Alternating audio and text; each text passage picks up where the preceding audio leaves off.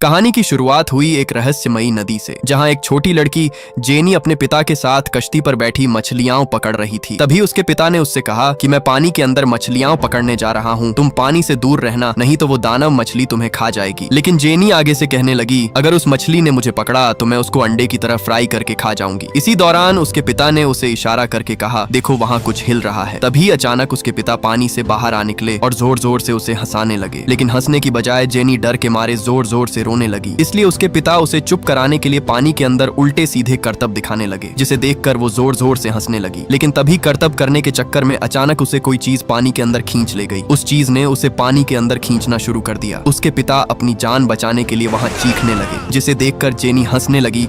उसे लगा कि उसके पिता उसे हंसाने के लिए कर रहे हैं, लेकिन अगले ही पल उस विशाल चीज ने उसे पानी के अंदर खींच लिया और देखते ही देखते पूरी नदी खून से भर गई। अपने सामने उसकी भयानक मौत देखकर सब गांव वालों की रूह कांप उठी। इस घटना के बाद पूरा गांव खौफ में आ गया। सबको लगने लगा कि नदी में कोई शैतानी ताकत रहती है। उस चीज को खत्म करने के लिए गांव वाले एक पुजारी को बुलाते हैं। पुजारी ने आते ही नदी के किनारे एक मंत्र पढ़ा और फिर अपनी ताकत से पानी में एक बम फेंक दिया। बम के फटते ही पानी के अंदर से एक बहुत ही बड़ा समुद्री जीव पानी के ऊपर आ गया, जिसे देखकर सब गांव वाले हैरान रह जाते हैं। उस पुजारी ने सबको यकीन दिलाया कि ये वही शैतान था जिसने उस आदमी को मारा है और अब वो मर चुका है। उसने कहा कि अब तुम्हारी मर्जी है, तुमने इस शैतान को कौन सी सजा देनी है। सब गांव वालों ने सिर्फ यही कहा, खत्म कर दो इसे। इसी बीच एक आदमी ने उनसे कहा कि तुम सब लोग बहुत बड़ी गलती कर रहे हो। ये वो मछली नहीं है जिसने हमारे भाई को मारा है, बल्कि ये एक शरीफ मछली है और ये मछली किसी को भी कोई नुकसान नहीं पहुंचाती। ये सुनकर गांव वालों ने उससे कहा कि तुम कौन हो। उसने बताया कि मैं भी एक पुजारी हूँ, साथ ही गांव में ही रहता हूँ। लेकिन कोई भी उसकी बात का यकीन नहीं करता। उसने सबको यकीन दिलाया कि मैं भी पुजारी हूँ, मैं उस शैतान को पकड़ लूंगा जिसने हमारे भाई को मारा है। ये सुनते ही वही पुजारी आगे आया। उसने कहा, इसकी बातों में मत आना, ये आदमी झूठा है और गांव में फसाद फैलाने आया है। उसने गांव वालों के अंदर ऐसी भड़ास भरी कि सब लोग उसके खिलाफ हो गए। गुस्से से भरे गांव वालों ने उस आदमी को पकड़ा और रस्सी से बांधकर पानी के ठीक ऊपर लटका दिया। इसी खुशी में कई लोगों ने दोबारा पानी के अंदर छलांग लगाई। सब खुशी से इधर उधर तैरने लगे, मगर उनकी ये खुशी ज्यादा देर तक टिकने वाली नहीं थी। अचानक उस पुजारी जेफ को दूर कोई भयानक चीज उनकी तरफ बढ़ती हुई दिखाई दी। उसने चीखते हुए सबसे कहा, शैतान! शैतान आ रहा है, सब बाहर निकलो! लेकिन सब अपनी खुशी में डूबे पड़े थे। उन्होंने उसकी एक न सुनी। वो शैतान भी उनकी तरफ तेजी से बढ़ रहा था। अगले ही पल उस शैतान ने एक औरत को जिंदा ही अंदर निगल लिया। ये मंजर देखते ही पूरे गांव में अफरा तफरी मच गई। सब लोग अपनी जान बचाकर वहाँ से भाग निकले। ये कैसे हो गया? वहाँ खड़ा एक आदमी उस पुजारी से कहने लगा कि तुमने हमसे झूठ क्यों बोला। लेकिन वो पुजारी अपना ढोंग छुपाते हुए सबको शांत करता रहा। इससे पहले कि वहाँ कुछ समझ पाते, तभी एक आदमी को वो शैतान पानी के अंदर खींच ले गया। ये देख वहाँ खड़े सब लोगों के रोंगटे ही खड़े हो गए। सब जान बचाकर वहाँ से उल्टे पैर भागने लगे। वहाँ एक औरत अपनी गुम हुई बेटी को चीखें मारने लगी, लेकिन भीड़ में उसकी बेटी का नामो निशान तक नहीं था। इसी बीच वो ढोंगी पुजारी अपनी जान बचाकर वहाँ से भाग रहा था। लेकिन अचानक उसी आदमी ने उसे पकड़ लिया और कहा, तुमने हमें धोखा दिया। उस पुजारी ने उससे झूठ बोला, मैंने उस शैतान को कब का मार दिया था, ये कोई और शैतान पानी से निकल आया है। लेकिन तभी अचानक उस शैतान ने उस पर झपट्टा मारा और सीधे घसीट कर पानी के अंदर ले गया। उधर लटकता हुआ जेफ सबसे कहने लगा, मेरी बात सुनो, भागने की जरूरत नहीं है, जहाँ हो वहीं लेट जाओ और मरने का नाटक करो। ये सुनते ही सब लोग जहाँ थे वहीं के वहीं छुप गए। चारों तरफ सन्नाटा छा गया। इसी दौरान उस पुजारी जेफ को वो शैतान दोबारा पानी से बाहर निकलता हुआ दिखाई दिया, लेकिन वहाँ सन्नाटा होने की वजह से वो वापस पानी के अंदर जा घुसा। इसी बीच उस औरत ने अपनी बेटी को कश्ती के किनारे खड़ा देख लिया। उसकी माँ ने उसे वहीं चुप खड़ा होने को कहा, लेकिन डर के मारे जेनी अपनी माँ की तरफ भाग पड़ती है। पुजारी जेफ ने उसे जोर से चिल्लाया, बच्ची रुक जाओ, भागो मत, वहीं रुक जाओ।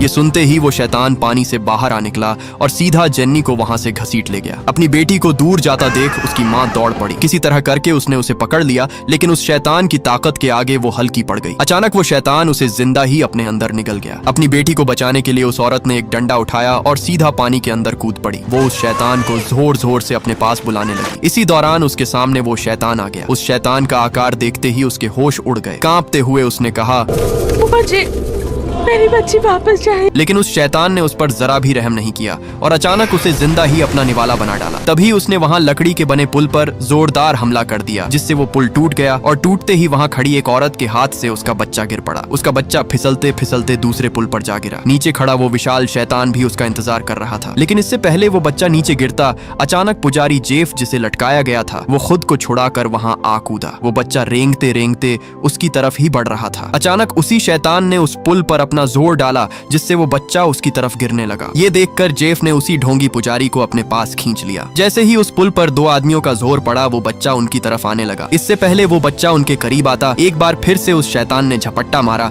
और वो बच्चा उड़ता हुआ सीधा नदी में जा गिरा। अब वो शैतान उसे अपना निवाला बनाने ही वाला था। अचानक जेफ ने जोर लगाया और ऐन वक्त पर शैतान के मुंह के अंदर जाने से उसे बचा लिया। अब वो शैतान उस पुल के लोहे के अंदर फंस चुका था। पुजारी जेफ ने उस ढोंगी से कहा कि हमें किसी भी तरह करके उस शैतान को किनारे तक लाना होगा। अगर वो पानी के अंदर चला गया तो फिर उसे पकड़ना नामुमकिन हो जाएगा। ये कहते ही वो दोनों उस लकड़ी के ऊपर कूद जाते हैं, लेकिन वो शैतान बहुत ताकतवर था, इसलिए वो नाकाम रहे और सीधे दूर जा गिरे। ये देखते ही गांव वाले भी हिम्मत करते हैं, मगर वो भी उस मॉन्स्टर के सामने टिक नहीं पाते। इसी बीच जमीन जोर जोर से हिलने लगी और अचानक भीड़ के बीच से ढोल की तरह एक बहुत ही मोटी औरत भागती हुई आती है। जैसे ही वो उस पुल के ऊपर कूदी, वो शैतान टिक नहीं पाया और हवा में उछलता हुआ सीधा उसी ढोंगी पुजारी पर जा गिरा। देखते ही देखते वो शैतान अपने असली रूप में आ गया। ये देखकर गांव वालों का गुस्सा फूट पड़ा। सब हथियार उठाकर उसे खत्म करने की कोशिश करने लगे, मगर इसी बीच वही पुजारी जेफ आकर सबको शांत करता है और चिल्लाते हुए कहता है, कोई इसे हाथ मत लगाना, मुझे इसे पकड़ने दो, मैं शैतानों को पकड़ने में माहिर हूँ। इतना कहकर उस पुजारी ने अपना सब सामान जमीन पर रखा और एक ऐसी किताब निकाली जिस पर शैतानों को पकड़ने के मंत्र लिखे हुए थे। उसने किताब पर लिखा हुआ अजीब सा मंत्र पढ़ना शुरू कर दिया। जैसे जैसे वह मंत्र पढ़ता गया, वो शैतान और भी गुस्से में आ गया और अचानक उसने उस पर हमला कर दिया। इससे पहले वो शैतान उसे मार पाता, तभी एक लड़की वहाँ आ गई। उसका नाम शिन होता है। वो बिना कुछ सोचे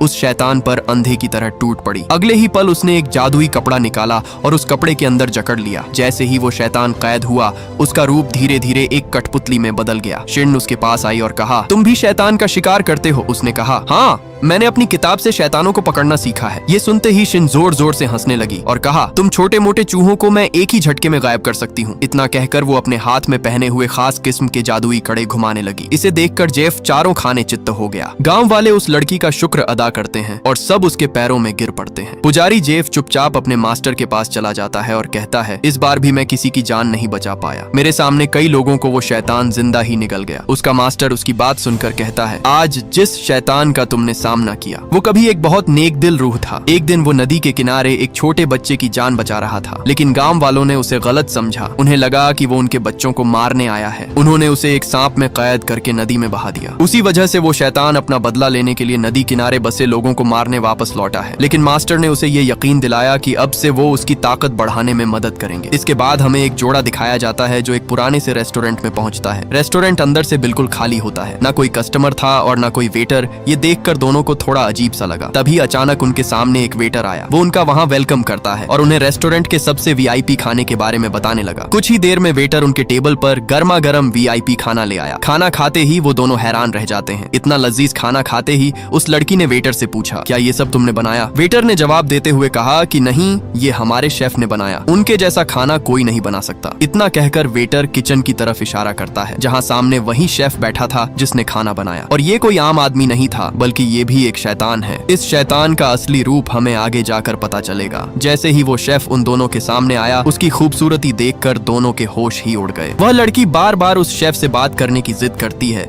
लेकिन शेफ उसकी तरफ देखे बिना ही मना कर देता है। लेकिन वह लड़की फिर भी नहीं मानती और बार बार उसकी आवाज सुनने को कहती है। और अगले ही पल उस शेफ ने अपना भयानक मुंह खोला और उनके सामने अपनी इतनी खौफनाक आवाज निकाली, जिसे सुनते ही वो दोनों वहां से उल्टे पैर भाग निकले। लेकिन उस शैतान ने उन्हें पकड़ लिया और अपने नुकीले भाले से उन्हें वहीं पर चीर फाड़ डाला। इसके बाद हम उसी पुजारी जेफ को भी उसी रेस्टोरेंट में आता हुआ देखते हैं, लेकिन इस बार रेस्टोरेंट बिल्कुल अलग लग रहा होता है। अंदर हर टेबल भरी हुई होती है, लोग हंसी खुशी खाना खा रहे होते हैं। तभी एक खूबसूरत औरत उसके पास आती है और उसे अपने जाल में फंसाकर रेस्टोरेंट के अंदर ले आती है, क्योंकि यह जगह शैतानों ने इंसानों को फंसाने के लिए बनाई होती है। मगर जेफ वहाँ सब कुछ देख सकता था। जैसे जैसे वह मंत्र पड़ता जा रहा था, वैसे वैसे उसे उस रेस्टोरेंट की असलियत उसके सामने आती जा रही थी। उसे वहाँ खून से सना 9 किलो वाला भाला पड़ा दिखाई दिया। मतलब साफ था कि जो औरत उसके पास खड़ी है वह भी शैतान है, इसलिए वह बिना सोचे उस पर टूट पड़ा। उसने उसे कस के 2 मुक्के उसके मुंह पर दे मारे, जिससे उसका मुंह वहीं पर दब गया। अब इससे पहले वह शैतान उसे अपने जाल में फंसाती अचानक वहाँ शिन आ गई। उसने आते ही उसकी धुलाई करके उसे वहीं पर खत्म कर डाला। लेकिन उसे वहाँ और भी कई सारे शैतान नजर आ रहे थे। उसने एक के बाद सबको ढेर करना शुरू कर दिया, लेकिन अभी भी उसके चारों तरफ खतरा मंडरा रहा था। उसे पता था कि वह ताकतवर शैतान अभी भी कहीं छुपा हुआ है, इसलिए वह जोर से चिल्लाकर कहती है, अगर हिम्मत है तो सामने आओ। अगले ही पल अंधेरे से वह शैतान बाहर आ निकला। आते ही उसने सीधा शिन पर हमला कर दिया। दोनों के बीच जबरदस्त टकराव शुरू हो जाती है, मगर उस ताकतवर शैतान के सामने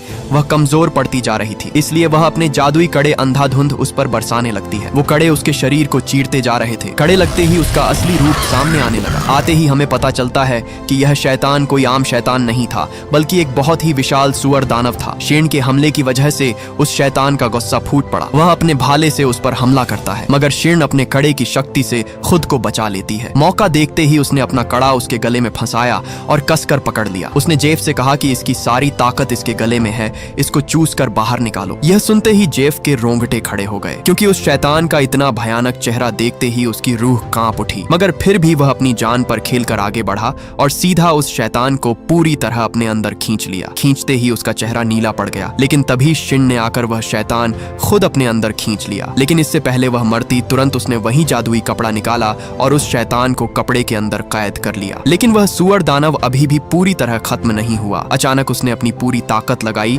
और उस कपड़े से बाहर निकलकर पूरी तरह काले सुअर में बदल गया। ये सब देखकर वो दोनों उल्टे पैर वहां से भाग निकले। जैसे ही वो वहां से बाहर भागे, पीछे से वह रेस्टोरेंट पूरी तरह तबाह हो गया। अगले दिन जेफ सीधा अपने मास्टर के पास गया और उस सुअर दानव का सारा सच पूछने लगा। मास्टर ने उसे बताया कि वह कभी बहुत अच्छा दिल रखने वाला इंसान था, लेकिन उसकी शक्ल बहुत बदसूरत थी, इसलिए लोग उससे दूर रहते थे। वह अपनी बीवी से बहुत ज्यादा प्यार करता था, मगर उसकी बीवी ने उसे धोखा दिया। वह उसे छोड़कर किसी और के साथ भाग गई। जाते जाते उसकी बीवी ने उसे खंजर से मार दिया। उसी दर्द और नफरत की वजह से उसकी रूह बदल गई और वह एक बहुत ही बड़ा सुअर दानव में बदल गया। जेफ ने उससे कहा कि मैं ऐसे शैतान को अकेला नहीं पकड़ सकता, वह मुझसे बहुत ज्यादा ताकतवर है। मास्टर ने उससे कहा कि तुम्हें उसे पकड़ने के लिए उससे भी ज्यादा ताकतवर किसी को ढूंढना होगा, जो उसे पकड़ने में तुम्हारी मदद करेगा। तुम्हें एक ऐसे शैतान की जरूरत होगी जो सब शैतानों का राजा कहलाता है, और वह है मंकी किंग। तुम्हें उसकी जरूरत होगी, वही उसे खत्म कर सकता है। उस मंकी किंग को बुद्ध ने 500 साल पहले एक पहाड़ के अंदर कैद कर दिया था। तुम्हें उसे ढूंढने के लिए पुरानी घाटी जाना होगा। वहाँ एक पुराना मंदिर है जहाँ बुद्ध की एक बहुत बड़ी मूर्ति है। पहले तो जेफ जाने से साफ मना कर देता है, लेकिन उसे पता था कि अगर यहाँ मौजूद शैतानों को खत्म न किया गया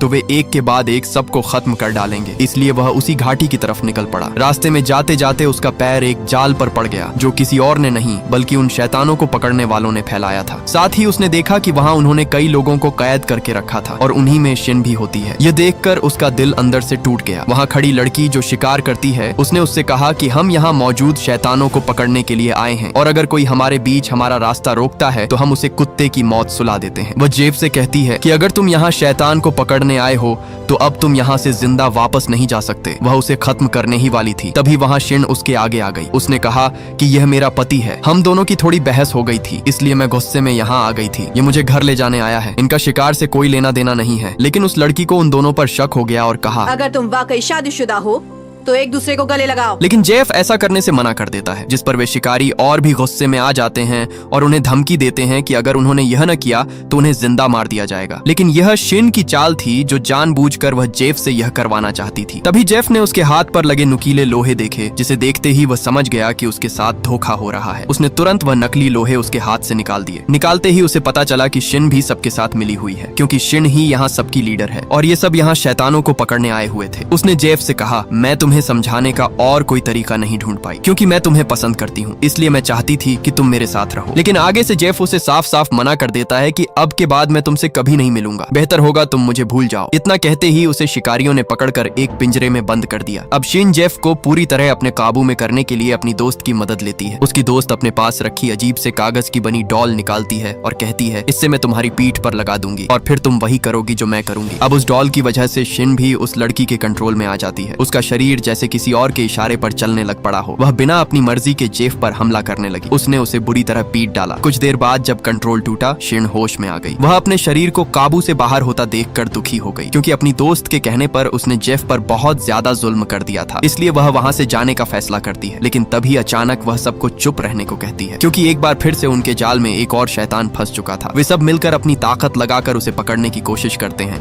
मगर वह शैतान इतना ताकतवर होता है कि सबको वहीं पर ढेर कर डालता है। तभी अचानक उनके सामने वही शैतान आ गया। वह कोई और नहीं बल्कि वही सुअर दानव होता है, जो अब पूरी तरह गुस्से में जल रहा था। सब लोग अपने तांगे पर बैठकर भाग निकलते हैं। वह दानव भी उनकी तरफ तेजी से बढ़ रहा था। जब शिन ने पीछे पलट कर देखा तो वह दानव अचानक वहां से गायब हो गया। दरअसल वह दानव आगे से उनकी तरफ बढ़ रहा था। ये देखते ही उसने तुरंत जेफ को पकड़कर अपने तांगे से बाहर फेंक दिया ताकि उसकी जान बच सके। तभी उस दानव ने उनके तांगे को जोरदार टक्कर मारकर उसके बीच से टुकड़े टुकड़े कर दिए। वहां सबके सब जख्मी हो जाते हैं। शिन भी बुरी तरह जख्मी हो जाती है, जिससे वह वहां से हिल भी नहीं पा रही थी। जैसे ही जेफ ने उसे देखा तब उसकी सांसें बंद हो चुकी थीं। उसे लगा कि अब शायद वह इस दुनिया में नहीं रही। यह देखकर वह वहां जोर जोर से चीखने लगा। उसने रोते हुए कहा, तुम मुझे छोड़ के नहीं जा सकते। मगर अगले ही पल शिन अचानक उठ पड़ी, जो अभी भी जिंदा थी, क्योंकि यह उसकी चाल थी और यह सब वह नाटक कर रही थी ताकि जेफ उसे हाँ कर दे। लेकिन इससे पहले वो वहां से भाग पाते, अगले ही पल वो दानव फिर से उनकी तरफ बढ़ने लगता है। अचानक वहां एक बहुत ही ताकतवर शैतानी टाइगर समुराई आ पहुंचा। उसने आते ही उस दानव से लड़ना शुरू कर दिया। दोनों के बीच जबरदस्त हाथापाई शुरू हो गई। टाइगर समुराई की खतरनाक ताकत के सामने वो दानव ज्यादा देर तक टिक नहीं पाया, इसलिए उसे दम दबाकर वहां से भागना ही पड़ा। वह उसे पकड़ने के लिए भागता है, लेकिन तभी उसका सामना एक और दानव शैतानी फुट से होता है। उसकी सारी ताकत उसके पैरों में होती है और वह सिर्फ अपनी किक से ही बड़े बड़े दुश्मनों को ढेर कर डालता है। इससे पहले दोनों के बीच टकराव होता,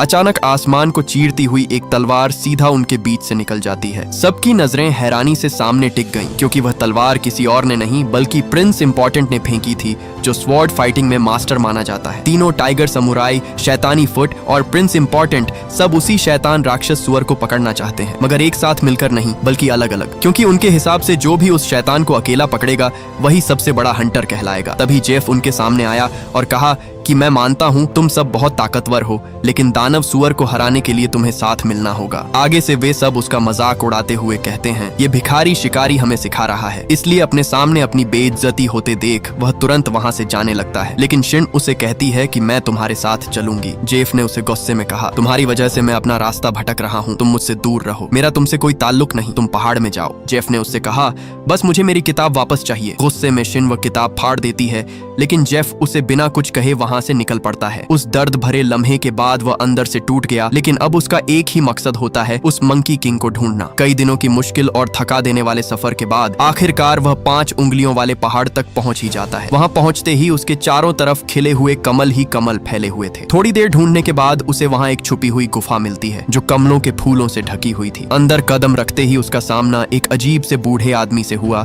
जिसकी हालत किसी पागल से कम नहीं थी। लेकिन असल में यह आदमी कोई और नहीं बल्कि वही मंकी किंग होता है, जो इंसानी रूप में छुपा हुआ था। उसने उससे कहा कि 500 साल पहले वह मंकी किंग स्वर्ग में सबसे ज्यादा तबाही मचाने वाला सबसे ताकतवर बंदर राजा था, लेकिन उसके गुस्से और शक्ति के चलते उसे सजा मिली और बुद्ध ने उसे एक पहाड़ के नीचे कैद कर दिया। अब वही मंकी किंग उसके सामने मजबूरी में गिड़गिड़ाते हुए अपनी आजादी की भीख मांगता है, लेकिन जेफ उसे इतनी आसानी से आजाद करने वाला नहीं था। उसने उसके आगे एक डील रखी कि मैं उसी सूरत तुम्हें आजाद करने में मदद करूंगा, लेकिन पहले तुम्हें मेरी मदद करनी होगी। तुम्हें उस खतरनाक शैतानी सुअर को हराना होगा। वो दोनों वहां अपना प्लान बना ही रहे होते हैं कि अचानक शिन चुपके से उसका पीछा करते हुए वहां आ पहुंचती है। उसने जेफ से कहा कि मैं भी तुम्हारी मदद करना चाहती हूँ, लेकिन जेफ उसे वहां से जाने को कहता है, मगर शिन वहां जाने से मना कर देती है। इसलिए अब यहाँ ये तीनों मिल जाते हैं। मंकी किंग एक चालाक प्लान बनाता है। उसने कहा कि वो शैतान सुअर अपनी पुरानी जिंदगी में अपनी चाहत का गुलाम था, मतलब डांस और आवाज से उसे बाहर निकाला जा सकता है। ये सुनते ही शिन बिना सोचे चांदनी रात के सामने जा खड़ी हुई। वह लगातार डांस और मंत्र शुरू कर देती है। जैसे ही उसने डांस शुरू किया, थोड़ी ही देर में वो शैतान अपनी जगह से बाहर आ निकला। बाहर आते ही उसने जेफ पर हमला कर दिया, लेकिन मौके मौके पर शीन ने उसे बचा लिया। अब वो शैतान उस गुफा के अंदर घुसने की कोशिश करता है। मौके पर मंकी किंग ने अपनी पूरी ताकत दिखाई और अगले ही पल उसने उसे एक छोटे से सुअर में बदल दिया। तभी शीन ने अपना वही जादुई कपड़ा निकाला और उस शैतान को उसके अंदर कैद कर लिया, ठीक वैसे ही जैसे उसने नदी वाला वो शैतान कैद किया था। अपनी इस जीत के बाद